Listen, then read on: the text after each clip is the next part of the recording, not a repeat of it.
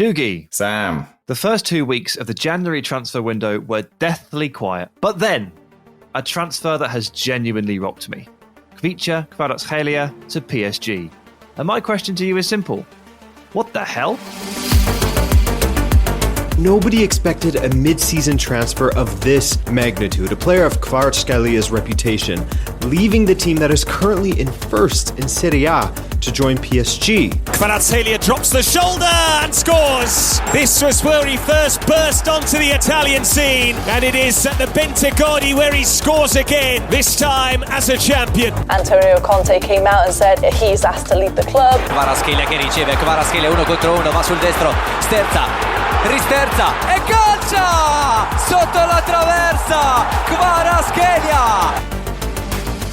Hello everybody and welcome to The Truth. I am your host Sam Tighe. Joining me is my co-host Doogie Critchley from afar, unfortunately, but needs must in the schedule. How are you, Doogs? I'm good, thank you. I'm good. My team Sunderland exited the FA Cup at the weekend, but aside from that, I am very good. How are you doing? I was going to say, that's a weird reason to be happy. I am very well, thank you. I am very well indeed. We are talking about a shocking transfer today. That is the subject of the podcast. And speaking of, have you managed to figure out exactly how Sunderland have snared Enzo Lefebvre in for the January window? I mean, what a signing. I mean, I can only assume it's witchcraft, to be honest. I can't get over it. It's absolutely mind-blowing. I think it's one of the most exciting championship signings of all time. He's already worked under our manager, Régis Lebris, and to great effect at Lorient. He's had a difficult last couple of seasons at Rennes and then, a half season at Roma, who probably have overstocked themselves with midfield talent in the last few windows. But this is a supremely talented player that has cost, I think it's £35 million in transfer fees over the last 2 summers, which is £10 million more than Sunderland have spent since being relegated in 2017. So I am buzzing. Yeah, very nice indeed. We've already had the debate in the group chat as to who the best midfielder ever to grace the championship and who the best championship midfield signing has been. And I won that debate officially with my suggestion of John McGinn, so we don't need to go into that any further. I will introduce our voice of God producer, Jack Collins, who was also part of that debate and one of 2 people to lose that debate. Jack, how are you? The answer is John McElserry, and it remains John McElserry. I'm very good, thank you, Sam. How are you? I'm good, yeah. I've had a lovely weekend, my son's first birthday, which was really cute. Happy birthday, Arlen. Oh. And then I had a really nice, relaxing rest of the weekend, obviously watching the wildcard playoff round and the NFL, knowing the Lions didn't have to take to the field, because as you all know, if you do finish as the 1 seed, you don't have to concern yourselves with the trivial matters of things like the wild card round. However, I've now spent the week bricking it because we're back involved this weekend and got a tough game. Washington Commanders, Jayden Daniels. It's going to be a challenge. If it makes you feel any better, Sam, I've actually got really, really involved and engrossed in college football. Because the Notre Dame Fighting Irish have reached the final, and that's where my cousin went and also showed us around all those years back. So I've dug out all the photos of me at the ground and been posting about it, despite the fact that I had not watched any college football before the playoffs started this season. But now, hugely emotionally invested, going to stay up till 4 a.m. on a Monday night to make sure that I watch that final. So we're all involved. That's fantastic. Yeah, we were in the trophy cabinet room, weren't we, with the shiniest golden helmets you ever did see. And Divock Origi. And Divock Origi was there too. Fantastic. Right, well, let's go on to the other type of football, the type we actually cover here, believe it or not. And we're going to talk about a January transfer signing. It's about time this window sparked into life. We are midway through, and Khvicha Kvaratskhelia has dragged us kicking and screaming into activity, which is very nice of him. Thank you very much. Doogie, for the listeners' benefit, for those that aren't quite au fait with this, can you give us a quick rundown or a timeline of exactly what's happened here? And feel free to go as far back as you'd like. Just bear in mind, listener, that we are recording this on Tuesday evening. We're working off the Fabrizio Romano and Julien Laurent's information that this is happening. Kvara to PSG. Doogie, take it away. Yeah, this is really interesting because although there has been a lot of speculation going on this window surrounding players like Marcus Rashford, Kyle Walker in the last few days, a bit of Omar Mamouche to Man City, Ronald Araujo, etc. One of the most talked about players and a transfer that's kind of taken everyone by surprise, I would say, is that of Khvicha Kvaratskhelia joining PSG by all accounts. Now, the 23-year-old Georgian has become somewhat of a cult hero in European football over the last 2.5 seasons. I think mainly because when he signed, people thought that is one hell of a name. And then, God, do you remember the piece of paper he held up with his name spelt in Georgian letters? And it's like looking at hieroglyphics, and everyone got so scared. And he just sat there and said, "Don't worry, guys, you can call me Kvara." And everyone went, "Oh, thank God for that." Well, exactly. And, as soon as everyone saw him play for the first couple of times for Napoli, they thought, wow, this guy's going to be known for way more than just his name. Because the ease with which he adapted from Dinamo Batumi, who he signed from, to Napoli after joining for around 10 million euros in July 2022 was really something to behold. He finished with 14 goals and 17 assists in 43 games in all competitions as Napoli won the league for the first time in 33 years. He instantly became an icon in one of Europe's most passionate footballing cities. But now, a little over 18 months after winning that league title, he's, as we record this, looking out the door. He's gone. And we'll get into the reasons behind that, but I think it's worth sort of setting out before we start just how acclaimed this guy is. Like, you don't get nicknamed Kvaradona, which is a clever play on words. I say clever, it's not even particularly clever, but it's a good use of his name lightly. Like, this is a city that is completely obsessed with Diego Maradona and everything he did for that club. And up until Diego Maradona's departure, I should say, to the arrival of Khvicha Kvaratskhelia, they hadn't won a league title. And he was, alongside Victor Osimhen, who we've talked about in previous episodes, the main proponent of that. And he will always be a hero for that. His time since has been interesting on and off the pitch, mainly due to decisions made by Napoli and their owner, Aurelio De Laurentiis, we'll get on to. And now it is surprising that so soon after that triumph, he is out the door. So there's a lot to get through, but he is a special player, Sam. I mean, how would you sort of sum up his abilities? I'll get to that in a second, but just to absolutely bullet point it for everybody. Saturday, January 11th, Conte confirmed to everybody Kvara wants to leave Napoli as soon as possible. He then sat there and said that he felt super disappointed, spent 6 months basically trying to make him not leave. And Napoli obviously been trying to work on his contract for a while now, but a few things seem to have gone against him, and we can get to that a little later on as well. And I really do just want to hammer home right at the top of this podcast. And one of the reasons we've decided to pick this as a subject is because this has actually rocked me.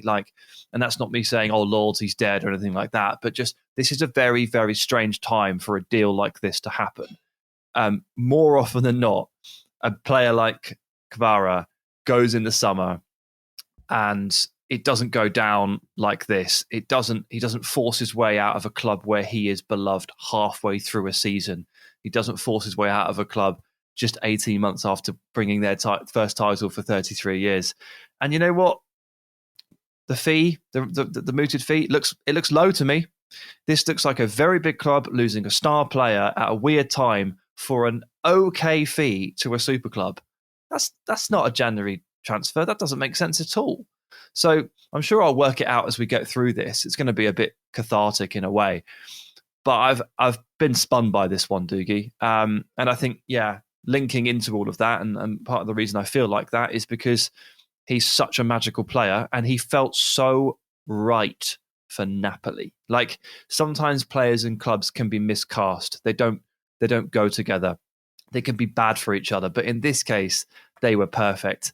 Naples loves a creative maverick, and Kvara is that player. He is a dribbling sensation, but also a pretty, like a bit of a creative wizard too. So you can see him quite easily taking 2 or 3 players on and shooting and scoring. He scores some wonderful goals. He's also scooping passes up behind defensive lines and weaving his way through and laying them on a plate for others. He's creative in so many different ways, and so bright and so quick and so sharp. And still just 23. Like, he's sort of established as one of the better wingers and wide forwards in the game. He's also really young and has only been at the top level of European football for 2.5 years. Like, he could conceivably get quite a lot better. So again, not the kind of player that you expect to see moving in these kind of circumstances at this time of the year.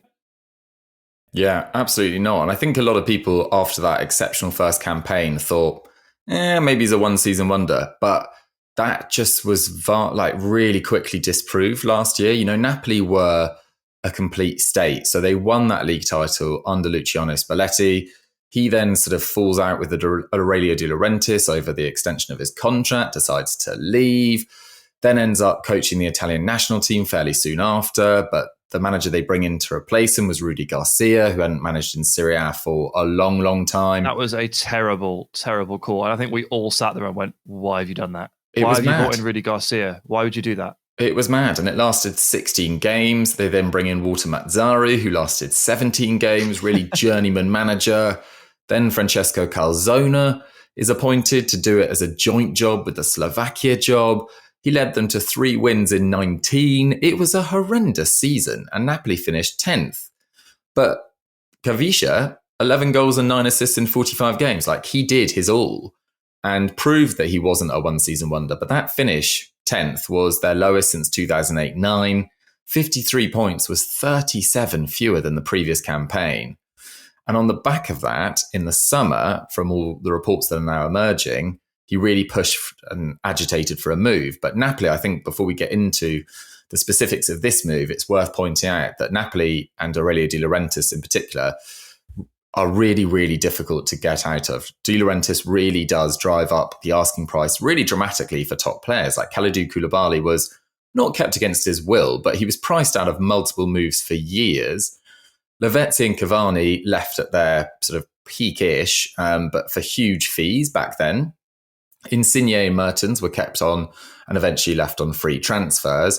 Osimhen was kept against his will to the same extent that he's now spending a fairly pointless but pretty successful year at Galatasaray. Like, this is not an easy club to leave. And for Khvicha, maybe in a different way to a lot of these players, has taken matters into his own hands this January and forced it. I think there's one thing that's probably worth pointing out here is that I could absolutely understand Kvara wanting to leave in the summer, right? And one of the things that Conte's already talked about was that he wanted to leave in the summer. We didn't think it was possible. The right offer didn't come in, etc., etc., etc. Fine, right? That's fine, because after the season that Napoli had last year, the 3 managers coming in and out of things, the madness. And I got to see Khvicha last year, and it was absolutely unbelievable. He scored a wonderful goal, and I'll always be grateful that I got to see Kvaradona score a goal at the Maradona. Just one for the record books in so many ways. But absolutely, in the summer, I can completely and utterly understand why he wanted out of Napoli. He was like, this is a madness. My career is starting to come into my peak kind of years. I've been a really good servant, even when things weren't going well, as Dougie points out there. Right, it's time for me to go. I'm going to go on and move somewhere where there's a bit more stability, where I can, see myself lasting for a few years. Now, and I'm sure that you were going to come on to this, Sam, feels like a really, really odd time to leave Napoli, given that they are currently the league leaders in Serie A and have Antonio Conte. And look, we all know that Conte isn't a manager who sticks around for forever and a day, right? He comes in, he does his job, at some point he blows up and off he goes. But there is a point here where you're thinking, is this the time to be leaving Napoli? Like, accepted he's moving to PSG, who, by my money, have already won Liga. But it does kind of feel like a very odd time to be pushing the envelope on this one. It does, yes. All things considered, the previous season was a bit of a disaster, and you can understand exactly where he was coming from, particularly in the summer. And you know what, I can understand as well if disgruntlement with how the summer went has obviously stayed with him and ticked into this window. Fine, but check the table, Kvara. You could win another title here in Naples, and then potentially leave in the summer and protect your own legacy with an avid and passionate fan base who have nicknamed you Kvaradona for a reason. So it does feel a little bit strange. With regard to the stuff over the summer, obviously he would have looked back on the season and the 10th place finish, one of the worst title defences Italy has presumably ever seen. And you can understand why he was feeling that way. Also bubbling under the surface would have been the contract situation. A lot of the listeners probably won't know this, but Kvara is not paid very much money every week. Like, you'd think for one of the main stars and protagonists in a title-winning team just 18 months ago, and he's still there and played Champions League football since, that Kvara would be earning quite good money. He is not earning good money. He is still on the same contract that he signed, having joined from Dinamo Batumi, a Georgian team. And before that, he was spending on, I think he was on loan at Rubin Kazan in Russia. Like he had not had a particularly decorated career. He was not signed for very much money. He did not have much of a reputation. So he is on, depending on the report that you read, somewhere between 30 and 40 grand a week. And he is one of the best wingers in the world. He's on 30 or 40 grand a week. It's like 10 times less than Marcus Rashford. And ultimately, probably 3 or 4 times less than most other top-level wingers. And so he will rightly be quite annoyed about that. And if I were Napoli, I would have had him on a new set of terms 6 months into his Napoli tenure. So 6 months before they won the title, I'd have got him on a new deal. But this is the thing with De Laurentiis, Doogie. He makes it hard for players to leave. And I feel like they've spent so much energy trying to stop Victor Osimhen from leaving and dealing with Victor Osimhen's contract that it's almost like it blocked their ability to do anything with Kvara, or they were so busy with it they just kind of forgot about it or let it fester for too long. And they allowed this to happen. They actually kind of forced it in a way, didn't they? Because clearly for 18 months, Kvara's not been very happy, either from sporting performance perspective or from a financial perspective. And if you can't do the first one, then you can often compensate by doing the second one. And they've done neither. And so when I saw the report that he'd be earning 4 or 5 times the amount of money at PSG than he would at Napoli, I thought, God, that must be horrendous. And then I thought, no, he's earning a normal wage now for a really good player. Yeah, absolutely. And I think the reports that have come out this week were quite interesting, talking about the characteristics of Osimhen and Khvicha Kvaratskhelia. Like Osimhen has known for a long time, obviously, that he is a star. He was signed for, was it a club record when he joined from Lille? It was a huge amount of money. It was about £70 million. And he would have obviously been on top earner, record signing wages. And in a very different way, last year when everything was all falling apart, and Osimhen had very personal reasons for that as well, like that social media post that Napoli put out, which basically had sort of racist connotations, if not more than connotations attached to it. Your own club's social media account putting that out, really, really disappointing stuff, to put it mildly. So I think he was rightly kind of fuming in the summer and wanted out kind of by any means. De Laurentiis obviously wants a fee. He's playing off Saudi Arabia against Chelsea. Neither move happens. It comes right down to the wire, honestly, like a couple of hours before, and he ends up going to Galatasaray. And look, Galatasaray are a massive club in Turkey, but in terms of where he's at in his career and what he needed for his next stage, it wasn't the move he was going for. Now, Khvicha Kvaratskhelia, in contrast, is known as really shy, retiring type, wouldn't say boo to a goose, as the expression goes. But at the same time, when you've been paid, I mean, you said 30, 40,000 pounds per week, you can put it also as 1.8 million euros per year, which in footballing terms is really nothing. And I know that seems ridiculous to sit here as, mere civilians as we are, but it does go to show that he just was not in that top bracket whatsoever. There'll be coaches at Premier League clubs that earn probably more than that.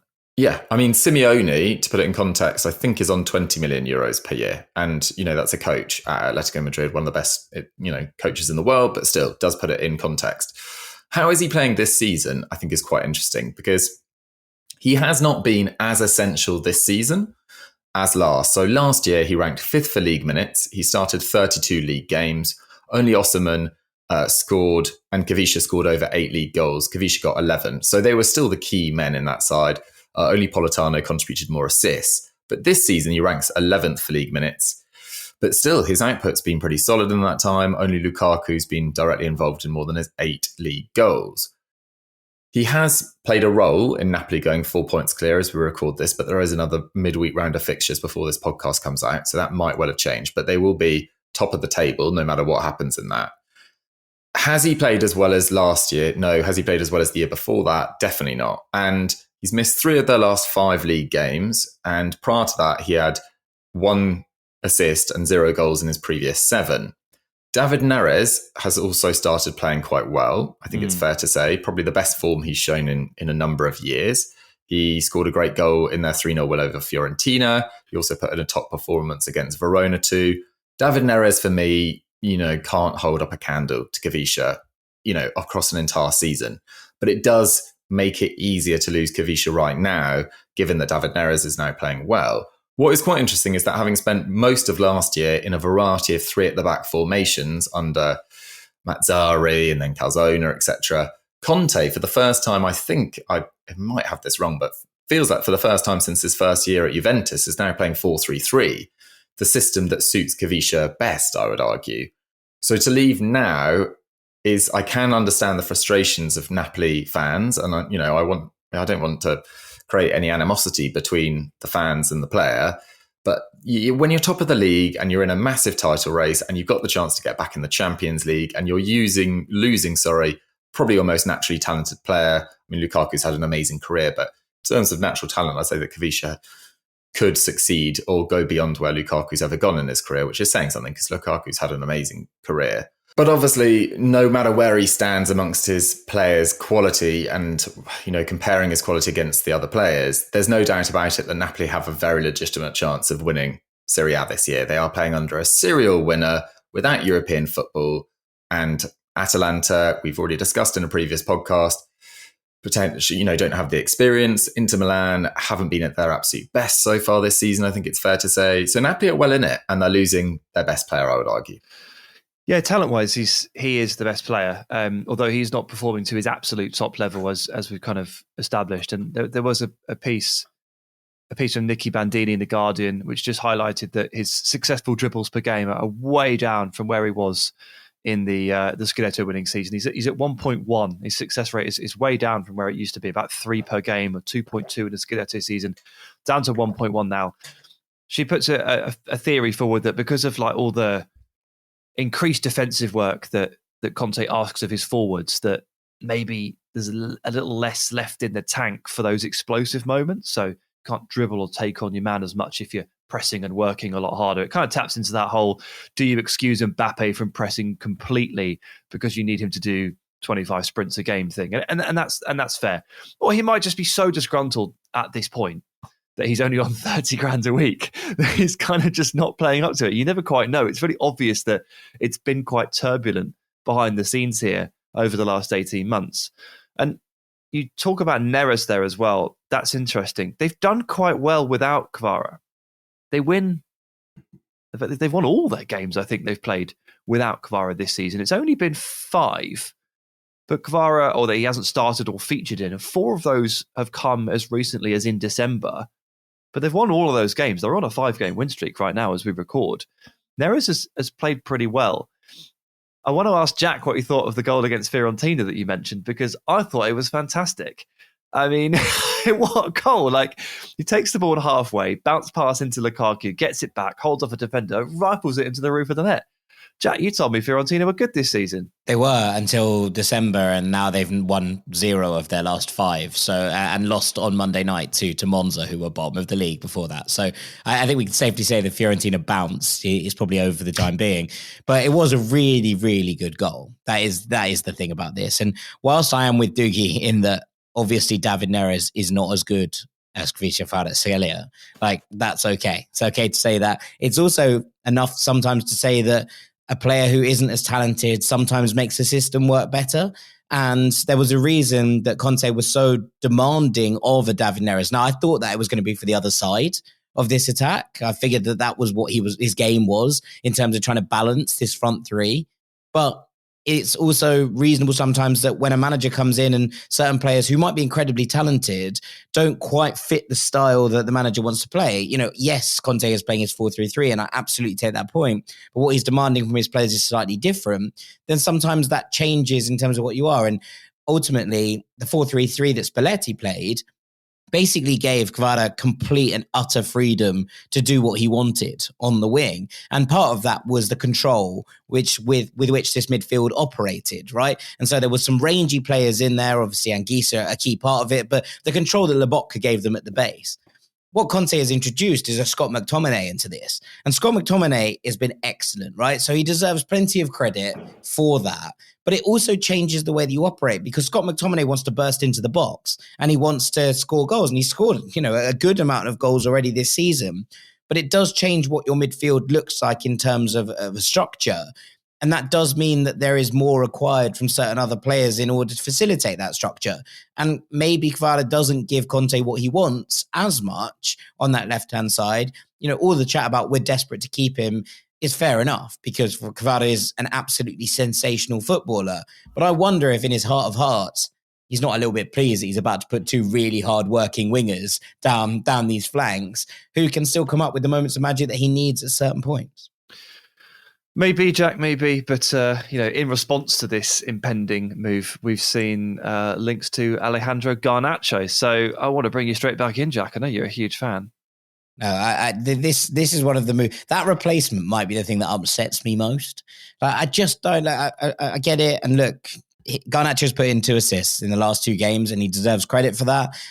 But I still don't see it. I just don't understand how that works for Napoli. Like, you're bringing in someone who can't beat a man to replace maybe the best one-on-one dribbler in European football right now. Like, that doesn't work for me. Like, you knocking the ball round a man and running past him is not the same as Khvicha's dancing feet, right? And I mean, look, maybe it works out, and Antonio Conte has forgotten more about football than I will ever know. So maybe he's got a better read on this. But I think that has to be one of the biggest downgrades in 2 players replacing one another that maybe Serie A has seen in years. Okay, well, let's not dwell on that one then. But it hasn't even happened yet. As we speak, the Tuesday evening, it's just been mooted, nothing more. But obviously, if Napoli are flush with cash off the Kvara deal, then they can go to the market and they could buy just about whoever Conte demanded or wanted. Right? This would give them carte blanche, really, an open checkbook. So it will be very interesting to see exactly who they end up with, because they will for sure replace them, despite the fact that Neres has been good. Because from their perspective, it's simple. They've got a title to win. And you can't just be collecting 60, 70 million euros in the middle of the season and not putting that to use, especially as we know Conte sits around and demands to be given an extra 2 quality players every single season without fail to keep upgrading the team. Doogie, let's move on from Napoli, as Kvara is soon too. That's a good segue, but it brings a tear to my eye, and talk about this from a PSG perspective. I'll give you my initial read on this, short and sharp, and you tell me how you feel. In a vacuum, this is a great deal for PSG, because the fee, somewhere between 60 and 70 million euros, it's been reported, really isn't all that much for a player of this established quality and youth. However, deals aren't done in vacuums, and I am struggling a little bit just to figure out why exactly PSG need to strike this deal, given the players they already have at their disposal. Yeah, my take is very, very similar. I really like Bradley Barcola. I think for a player that arrives so young with not a whole lot of top level experience under his belt at Lyon, I think he's done pretty well. Yes, he might have had a slight recent dip in form, but he's still stepped up. And I think in the first half of the season in France, he was probably Ligue 1's best player, I would say. Maybe that's now subsequently been replaced by maybe Ousmane Dembele has been very good recently. But I think he was showing that he could become, one of Ligue 1's best players, and maybe make the difference in the Champions League as well. I agree with Jack that PSG are home and dry at the top of Ligue 1. They've won 13 of 17 games, and their 2.5 points per game this season is the best record in Europe's top 5 leagues. So well done, Luis Enrique, for doing that. But your Champions League form has been a disaster, really. They're currently 25th, so they're outside of the playoff spot for the last 16, and they've got 7 points in 6 games. They've lost to Arsenal, they've lost to Atletico Madrid, they've lost to Bayern Munich. They've only beaten RB Salzburg, who have been, by all accounts, terrible, as most of the Red Bull clubs have in this year's Champions League. They've only beaten Girona as the other team, and that was through an own goal. Really unfortunate one from Gazzaniga on like the inside of his thigh, bouncing in off that from a couple of yards out. And they've got not only Bradley Barcola, but Desiree Doué can play on the left-hand side as well. But I want to focus on Barcola because I think he has gone through a bit of an explosion this season. Like his expected goals and expected assists per 90 have gone from 0.69 to 1.1, which is a crazy record. Like Mbappe at his peak at PSG was at about 1.25. So every single game, on the basis of how dangerous he is, either on the ball in terms of creating chances, you'd expect him to provide either a goal or an assist. That is 6th in Europe's top 5 leagues, only topped by Salah, Asensio, who hasn't played there that much football, so his numbers are slightly skewed, Lewandowski, Dembele, and Rafinha. And Rafinha and Salah have been 2 of the outstanding players in Europe. So I don't know why you potentially stymie the development of Bradley Barcola when you do have other areas of your squad that do seem a little bit short. Like, I think their midfield 3 is really, really talented in Zaire Emery, Vitinha, and João Neves, but has it been bullied on occasion in the Champions League this year? Yeah. I think Arsenal, who are having, by all accounts, a pretty poor season, really played them off the park physically in that clash. I think it was at the Emirates. So there's definitely improvements there. You know, Nuno Mensch is being linked with moves abroad. Donnarumma could potentially be upgraded, as sad as it is. You know, Nuno Mensch doesn't need to be upgraded at all, neither does Hakimi, but is Pacho and Marquinhos the long-term duo there? I think there's other areas that I would have strengthened before Khvicha. Admittedly, Khvicha is an amazing market opportunity, and I think the fact that Liverpool were also looking at it, despite being so stocked in left wingers, probably does prove the calibre of player and how unique an opportunity this is. But I am personally surprised that PSG would do this. Having said that, having put that on Twitter, that opinion, I did have a number of PSG fans who are quite sassy, as most Parisians seem to be, who came back and said, Barcola's just not ready.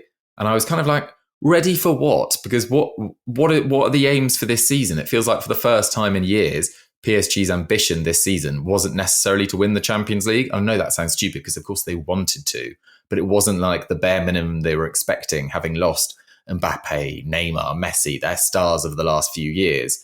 So was Bradley Barcola enough to see them home in Ligue 1? Absolutely. Could Bradley Barcola be a Champions League winning caliber player in a few years' time? Absolutely. So I'm a little bit confused by it personally. Yeah, so we don't want to fall into the trap here of criticising a team for signing a really good player for a decent fee, because that ultimately is a fool's business. And they just need to make it abundantly clear again that, like, in a vacuum, I think this is a great deal. And I think we both agree on that. But what I just find a little bit strange and confusing from PSG's point of view is that they, on the one hand, they insist on pushing this kind of like Paris born and bred narrative. And I love the fact that they, you know, despite being one of the richest clubs in the world, really want to put front and center the Paris born and bred thing and want to promote from the academy and then want to go and get the players that they sold back if they can. They want to have that French spine and French identity. And they've put a lot of money into buying the best young French players around. Barcola is part of that. Doué is part of that. You know, they've been doing this for a while. Randal Kolo Muani was also part of that. But like Kolo Muani and presumably like Barcola or Dembele in the near future, not only, despite the fact that they spend all this money, and I mean all this money, it's so much money, on buying those really, really strong top-tier prospects that are French, they then very quickly give up on them and buy somebody else for their position for a lot of money. And it kind of feels like it's happening. And it is confusing if you're a big fan of Barcola, like I am. And it's really confusing when you just look at, even just a statistical glance will tell you that, you know, PSG have got a couple of wingers there in Dembele and Barcola who have both hit double figures for goals in the league already, halfway. Like, they are not struggling in these positions. No way. So it does strike me as a little bit weird. And then you look across Europe and you can see good teams that definitely need Kvara more. And I appreciate that this deal may have been done and dusted from the moment PSG entered the conversation, because it's highly likely that Kvara really wants to go and play in Paris. And you know what? I've noticed that Georgians, they're all moving to Ligue 1. You know, France is the new hotbed for Georgian talent. It's Mikhail Tadze, it's Kvara, it's Davitashvili, it's Saint-Etienne. Like, it's starting to become a bit of a hub. You know, it's becoming, and you do see that, don't you? You see certain nationalities start sort of moving as a group towards one country. And I feel like this is happening a little bit. But like, Arsenal really need someone like Kvara. Yeah. And I can also make the case for someone like Liverpool as well as PSG. So I guess, you know, we don't know what's to come in the next few days between recording and this episode coming out. But I've been a bit surprised that no one's really contested this from the Premier League, like, quite seriously. And then specifically, I'm surprised that Arsenal haven't tried to get involved here. Yeah, I'd have thought so too. I suppose it was maybe the surprise factor of it. Like, they didn't budget for Khvicha Kvaratskhelia to become available in January. Maybe it didn't. Maybe there was. I mean, as we've talked about, there were so many murmurs in the summer. Maybe they thought it would have been a little bit more likely. Arsenal are clearly in the process of trying to sign Zubimendi for the summer, so that's an allocation of funds there, and they've got two midfielders in Jorginho and Partey that are out of contract. They've got Zinchenko and Kivior, whose futures don't look like they're at Arsenal either. And that's before you even touch on the forward line with all the injuries. So they've got multiple positions to fill and think about. And it was looking like it was going to be a pretty expensive summer for them. Obviously, if they get Zubimendi through the door, that's a huge addition in the middle of the park. But yeah, I'm kind of with you. For right now future, in January, right? Khvicha Kvaratskhelia would have been great. Yeah, and they're obviously struggling for goals. I don't want to overreact too much to a horrible week in terms of XG underperformance, but obviously they need a bit of a shot in the arm from somewhere. Arteta has said that they are active in the market, they're looking, and Gabi Jesus, unfortunately, has just torn his ACL. So whatever slim options they did have, and they've been criticised for not having enough, right, in these areas, constantly for the last 2 months. Well, they've just lost one of those options. So whatever it was before, not enough, is now even less. And I know, I thought they might pounce. I thought they might go for it, but they haven't. And it looks like PSG are going to waltz their way to Kvaradona, which is just incredible for them. Just one more thing on PSG, and I would maybe say this. You kind of mentioned a couple of those games in the Champions League, Dougie, and the Girona one where they were a little bit lucky to get that deflection in the end, but they had so much of the ball and they started that game really well. Atleti, they had loads of the ball. They camped on the edge of the Atleti box and they got burned towards the end of it. The one thing, and I also am a fan of Bradley Barcola for what it's worth, but I think it's going to be interesting to see how much he now flits between the two sides. I'm not convinced that Lucho is convinced by Ousmane Dembele. No one in the world is convinced by Ousmane Dembele. Yeah, I mean, he's not. There is an element of that, right? That I wonder if we see a little bit more of Barcola on the right-hand side. Now, how that affects his performance and how that affects his output, we're yet to see. But that is something. One of the things I have kind of noticed about PSG is that when they've been faced with, and I'm not talking about deep blocks in Liga, because that's obviously slightly different. They've had the capacity to break them down, but actually breaking down top teams in the Champions League, breaking down teams who are a little bit sterner at the back, who are a little bit more organised, they have lacked a little bit of magic, a little bit of spark. That is the kind of thing that Kvara can provide. That ability, and Sam, you mentioned it earlier, the scoop pass over the top, and that little thing that changes it sometimes, that opens up a game. I can see why they've gone to make a move like this. I can understand the reasons that they are moving into this category. And I don't think that this is the end of Bradley Barcola. I don't think that suddenly they're going to give up on that as an idea. In games like that, when they are pinned, when they are breaking teams down and they are struggling to find that final pass, especially with the fact that we know Lucho doesn't love playing with nines or out-and-out nines unless they're Gonzalo Ramos. And he can't play with Gonzalo Ramos in every game. I wonder if we start to see Barcola maybe utilised on the right, utilised maybe as a 9 at times to try and kind of get him into the games in different ways. And it does give them some more options. I too am surprised that no Premier League club has got involved. And I agree that he would have been perfect in so many ways for an Arsenal. But I can see why PSG have done this. And I don't think this is them saying that there is no room in this project for Bradley Barcola anymore. That would make me incredibly sad. And whilst he's had an excellent season domestically, it does give him some rotation options, some time to kind of maybe blood him in for Champions League games a little bit later. I don't think it's necessarily the worst thing in the world from that perspective. Well, I'm glad that that's probably not going to happen, because I wouldn't want to make you even more sad, because presumably you're already absolutely distraught that Kvara is leaving Napoli. Yeah, it's obviously very sad. Like this is like Kvara at Napoli is like the people's champion, like combination of player and club. Like it's perfect in every way, and particularly for someone like you, Jack. The storylines between Napoli and Maradona, and then the parallel through to Kvara, his nickname, the passion of that fan base, the fit between the player and the club and the city. It would have been so good if he'd won a second title 2 years after his first and then left the club. It would have been such a fitting parallel. It would have made me very, very happy. But alas, actually, he's probably played enough games to lift a medal. He'd effectively be a league winner with Napoli. He might win 2 leagues in the same season, so we'll have to see. But yeah, I do think that it would have been nice for him to go out on that high, and it would have been pretty cool for him to match Maradona's 2 titles at the same time. Yeah, and I think that's the crux of it. Any criticism I've put forward for PSG here is intended to be extremely mild, because I'll reiterate, you can't really criticise a top club for signing a top player for a modest fee. You can't criticise smart behaviour like that. Well done to PSG for sensing an opportunity. I think what's bled through is my utter shock and surprise and disappointment that this is how it ends for Kvara at Napoli. It should have been so much more. It was a wonderful start. It's been a good ride for this type of player, for this type of club and this kind of fit. For it to end like this feels really sour. And you know what? Thanks for giving us something to talk about with regard to January transfers, because so far there hasn't been an awful lot. And if you had asked me to sit here and talk about Daniel Marlon to Villa, I would have refused, because it would have made me sad. So thanks for that. But I guess, Doogie, any closing remarks before I really do start weeping?